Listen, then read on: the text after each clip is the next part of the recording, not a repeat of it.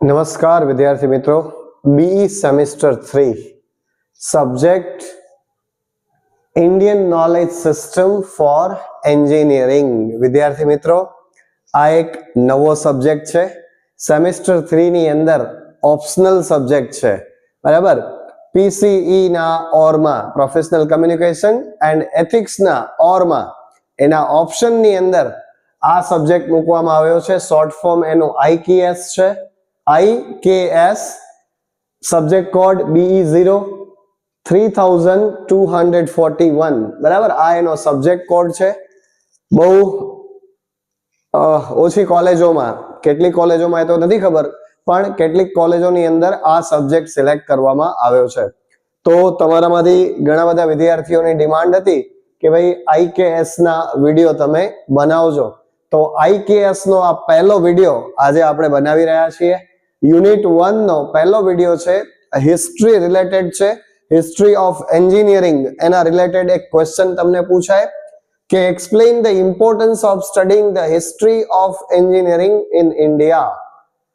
History of engineering in India, એનો importance, what is the importance of studying the history of engineering in India, કે ભારતની અંદર એન્જિનિયરિંગનો ઇતિહાસ, એનો અભ્યાસ કરવો શા માટે જરૂરી છે.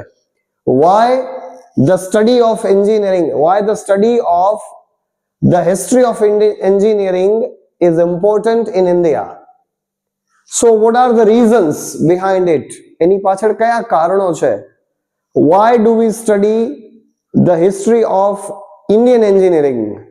શા માટે આપણે ઇન્ડિયન એન્જિનિયરિંગની હિસ્ટ્રીનો અભ્યાસ કરીએ છીએ? એવું શું કારણ છે? તો આ બધા પોઈન્ટ્સ છે, એનો એક આન્સર સ્પેસિફિક બને. ઇન્ટ્રોડક્શન થી આપણે આન્સરની શરૂઆત કરીએ. તો કે the history of engineering in India shows how engineering knowledge and technology developed from ancient times to the modern period. The history of engineering in India, ભારતની અંદર જે એન્જિનિયરિંગનો ઇતિહાસ છે એ શું બતાવે છે? It shows how engineering knowledge, એન્જિનિયરિંગનું knowledge જે છે એ ભારતની અંદર અને ટેકનોલોજી છે એ ભારતમાં કઈ રીતે ડેવલપ થઈ, કઈ રીતે એનો વિકાસ થયો, કયા સમયથી?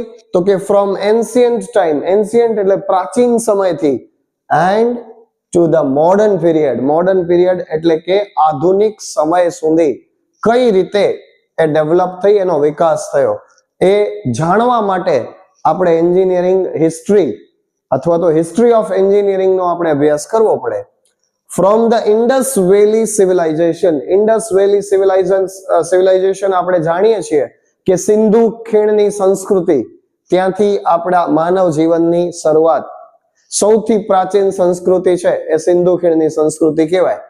તો from the Indus valley civilisation to today's advanced industries, અને આજની એડવાન્સ્ડ મોડર્ન જે ઇન્ડસ્ટ્રીઝ છે એ ત્યાં સુધીનો જે સમયગાળો છે એ આપણે જાણવાનો છે. India has made important role in fields, ભારતે છે ને એવા મહત્વના ઇમ્પોર્ટન્ટ રોલ, ભારતે એક એવો મહત્વનો ફાળો આપ્યો છે ઇન ધ ફિલ્ડ્સ, એવા ક્ષેત્રો જેમ કે લાઈક કન્સ્ટ્રક્શન, બાંધકામ, ઇરિગેશન, સિંચાઈ, ટ્રાન્સપોર્ટ, વાહન વ્યવહાર એન્ડ એજ્યુકેશન અને શિક્ષણ. આટલી બાબતની અંદર ભારતે ખૂબ મહત્વનો ફાળો આપ્યો છે. સ્ટડીંગ ધીસ હિસ્ટ્રી, આ જ્યારે આપણે અભ્યાસ કરીએ છીએ, હિસ્ટ્રીનો જ્યારે અભ્યાસ કરીએ છીએ, એ આપણને શું કરે છે? હેલ્પ્સ એન્જિનિયરિંગ સ્ટુડન્ટ્સ, એન્જિનિયરિંગના સ્ટુડન્ટ્સને મદદરૂપ થાય છે to understand the roots of modern engineering, to understand the roots of modern engineering. Modern engineering જે છે એના રૂટ્સ શું છે, એના મૂળ શું છે, એ આપણને જાણવા માટે આપણે history of engineering in India એ જાણવું જરૂરી છે. તો આ તમારું history, importance of studying the history of engineering India એનો ઇન્ટ્રોડક્શન થયું. હવે ઇમ્પોર્ટન્સ શું છે? Importance of studying history of engineering in India, મહત્વ શું છે, એના માટે કઈ કઈ બાબતો જરૂરી છે? તો પહેલો પોઈન્ટ છે અન્ડરસ્ટેન્ડિંગ અથવા તો નોલેજ ઓફ એન્શિયન્ટ અચીવમેન્ટ્સ. આપણે એન્શિયન્ટ અચીવમેન્ટ્સ જાણવી જરૂરી છે કે ભાઈ પ્રાચીન સમયની અંદર આપણી કઈ એવી સિદ્ધિઓ હતી એન્જિનિયરિંગ ક્ષેત્રની અંદર. તો જાણીએ તો ઇન્ડિયા હેડ એડવાન્સ્ડ એન્જિનિયરિંગ પ્રેક્ટિસીસ. ભારત પાસે છે ને એ સમયે પણ એવી એડવાન્સ્ડ એન્જિનિયરિંગ પ્રેક્ટિસ હતી. લાઈક જેમ કે પ્લાન્ડ સિટીઝ. એ સમયે પણ આપણે જાણીએ છીએ કે જે હડપ્પીય સંસ્કૃતિ, કચ્છની અંદર ધોળાવીરા છે, લોથલ છે, બરાબર. તો આવા સ્થળોએ થી આપણને જે એવા એના અવશેષો મળ્યા એના પરથી ખબર પડી કે ભાઈ એ સમયની અંદર પ્લાનિંગ કરેલા સિટીઝ હતા, શહેરો હતા, ડ્રેનેજ સિસ્ટમ હતી, એની ગટર વ્યવસ્થા હતી, ટેમ્પલ્સ, મંદિરો હતા, સ્ટેપવેલ આપણે એને જેને વાવ કહીએ છીએ પગથિયાવાળી, રાની કી વાવ ઇન પાટણ, ઇન ગુજરાત, અડાલજની વાવ, રાની કી વાવ ઇન પાટણ. તો આ બધી જે છે ને એ સ્ટેપ વેલ્સ કહેવાય. એન્ડ આયરન વર્ક્સ, અને જે આપણું એ સમયનું જે આયરન વર્ક હતું, લોખંડને લગતું કામકાજ હતું. તો these show the technical skills of early Indian engineers. આ બધી બાબતો છે ને એ શું બતાવે છે તો કે ટેકનિકલ સ્કિલ, કૌશલ્ય, તકનીકી કૌશલ્ય બતાવે છે. કોનું? તો કે ઓફ અર્લી ઇન્ડિયન એન્જિનિયર્સ, પહેલાના જે શરૂઆતના જે એન્જિનિયર્સ હતા એમનું. નેક્સ્ટ પોઈન્ટ છે બીજો, અન્ડરસ્ટેન્ડિંગ ટ્રેડિશનલ ટેકનિક્સ. આપણે ટ્રેડિશનલ ટેકનિક્સ પણ જાણવી જરૂરી છે. પરંપરાગત જે ટેકનિક હતી એ પણ સમજવી જોઈએ.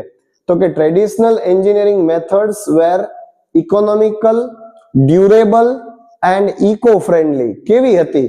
તો કે જે ટ્રેડિશનલ એન્જિનિયરિંગ મેથડ્સ હતી ને એ ઇકોનોમિકલ એટલે વ્યાજબી, ડ્યુરેબલ લાંબો સમય ચાલે એવી, એન્ડ ઇકો ફ્રેન્ડલી પર્યાવરણને નુકસાન ન કરે એવી હતી.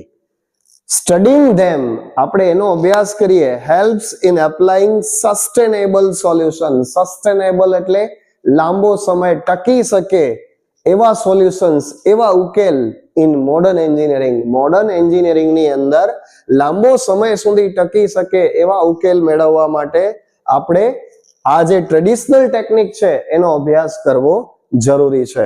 હવે ત્યાર પછીનું આપણે થર્ડ એવો જે પોઈન્ટ છે, ટોપિક છે જે હિસ્ટ્રીનો, એ આપણે જાણવો જરૂરી છે.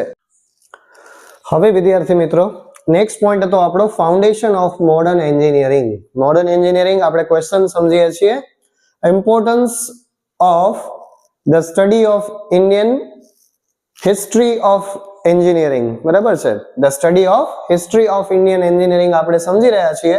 ત્યાર ત્રીજો નેક્સ્ટ પોઈન્ટ જે છે એ છે ફાઉન્ડેશન ઓફ મોડર્ન એન્જિનિયરિંગ.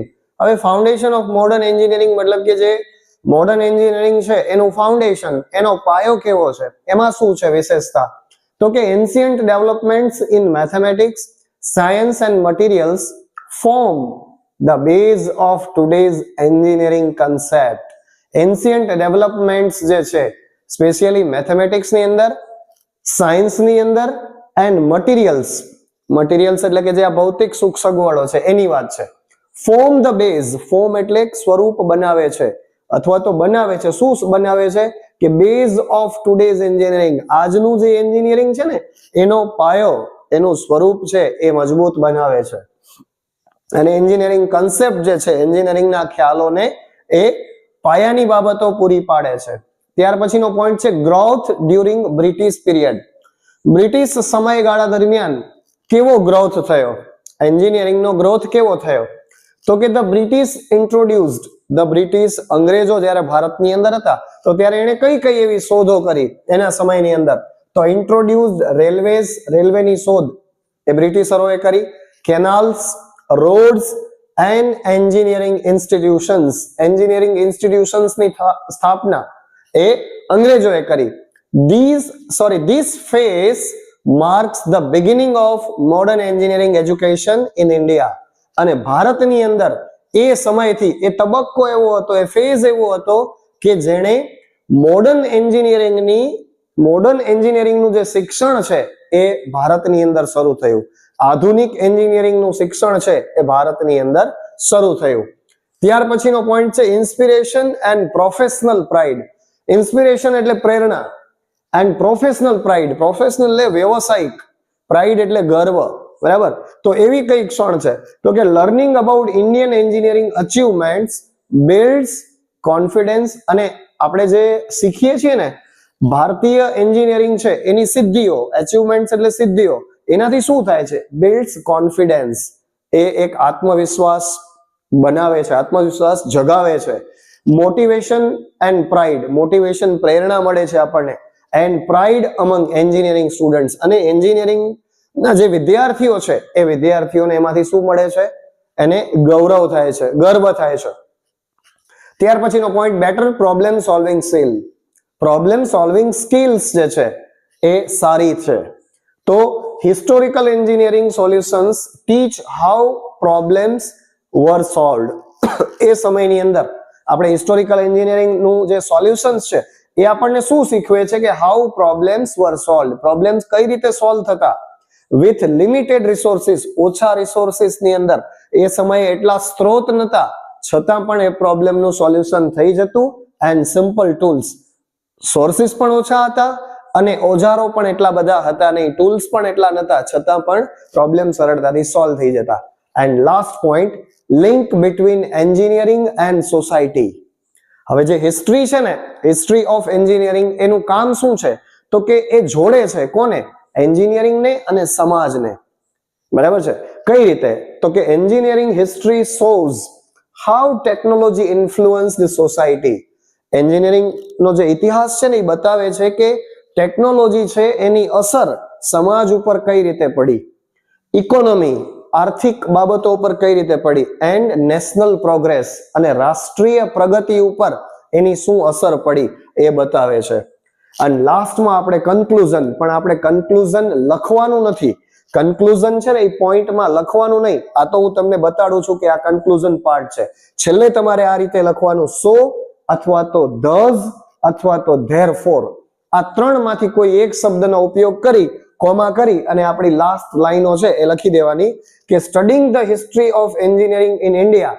હવે આ પોઈન્ટ છે ને એમાં જે આપણા ક્વેશ્ચનનો જે મેઇન પોઈન્ટ છે ને એનાથી આપણા આન્સરની શરૂઆત અહીંયા લાસ્ટમાં લખવાનું કે studying the history of engineering in India is important, crucial, played a great role, આવા શબ્દોનો ઉપયોગ કરવાનો. ગ્રેટ, કન્ટ્રીબ્યુશન, રોલ અને કન્ટ્રીબ્યુશન એટલે ફાળો થાય, તો એનો મહત્વનો ફાળો હતો. બીકોઝ, કારણ કે ઇટ હેલ્પ્સ સ્ટુડન્ટ્સ, એ વિદ્યાર્થીઓને મદદ કરે છે ટુ અન્ડરસ્ટેન્ડ પાસ્ટ અચીવમેન્ટ્સ, ભૂતકાળની સિદ્ધિઓ સમજવામાં મદદરૂપ થાય છે. લર્ન સસ્ટેનેબલ પ્રેક્ટિસ, સસ્ટેનેબલ પ્રેક્ટિસનો મતલબ એવો થાય કે જે ટકાવી શકાય, લાંબા સમય સુધી જેને ટકાવી શકાય એવી practice in the field of engineering, અને એન્જિનિયરિંગના ક્ષેત્રની અંદર આપણે લાંબા સમય સુધી આવી પ્રેક્ટિસને, એન્જિનિયરિંગની પ્રેક્ટિસને આપણે ટકાવી શકીએ એના માટે study of history of engineering જરૂરી છે. તો વિદ્યાર્થી મિત્રો, IKS નો આ પહેલો વિડિયો છે, તો IKS ના વિદ્યાર્થીઓને તો એક ખાસ વિનંતી છે કે આ ચેનલને સબસ્ક્રાઇબ કરજો, કેમ કે આ સબ્જેક્ટ આપણે પહેલી વાર એનો વિડિયો બનાવી રહ્યા છીએ. અત્યાર સુધી આપણે કોઈ આ વિડિયો બનાવ્યા નથી IKS ના, ઇન્ડિયન નોલેજ સિસ્ટમના. તો આજે આપણે એ વિડિયો બનાવ્યો છે, તો સ્પેશિયલી IKS વાળા વિદ્યાર્થીઓને વિનંતી છે કે ચેનલ સબસ્ક્રાઇબ કરજો. અને ગુજરાતની અંદર જે કોલેજની અંદર IKS સબ્જેક્ટ છે તમારા ધ્યાનમાં હોય એવા વિદ્યાર્થી મિત્રો સુધી આપણો વિડિયો, આપણી ચેનલ પહોંચાડી દેજો. એમને પણ કહેજો કે ચેનલ સબસ્ક્રાઇબ કરે, શેર કરે, લાઈક કરે, કેમ કે 2026માં YouTube પોતાની પોલિસીઓ બદલી રહ્યું છે, એટલા માટે લાઈકની પણ જરૂર પડશે, કમેન્ટની પણ જરૂર પડશે. અને વિદ્યાર્થી મિત્રો, બને એટલી પોઝિટિવ કમેન્ટ કરજો, કેમ કે હું પણ કોઈ પરફેક્ટ વ્યક્તિ નથી, એટલે કાંઈ પણ ભૂલચૂક થાય તો તમે મને WhatsApp થી જાણ કરજો, બરાબર છે. સ્ક્રીનશોટ માટેનો તમને હું ટાઈમ આપી દઈશ, પણ બને એટલા વધારે લાઇક્સ, વધારે કમેન્ટ આપ ખાસ કરજો, ચેનલને શેર કરજો અને ખાસ સબસ્ક્રાઇબ કરજો. ફરીથી નવા વિડીયોમાં મળીએ છીએ. IKS અને PCE ના પણ આપણે વિડીયો બંનેના પેરેલલી બનાવતા રહેશું અને તમને ફાયદો થાય, તમને સારા માર્ક્સ મળે એવી મારી પૂરી કોશિશ રહેશે. દરરોજ વિડીયો આવતા રહેશે, તો ખાસ channel subscribe and share please. હવે તમે સ્ક્રીનશોટ લઈ શકશો. ધન્યવાદ.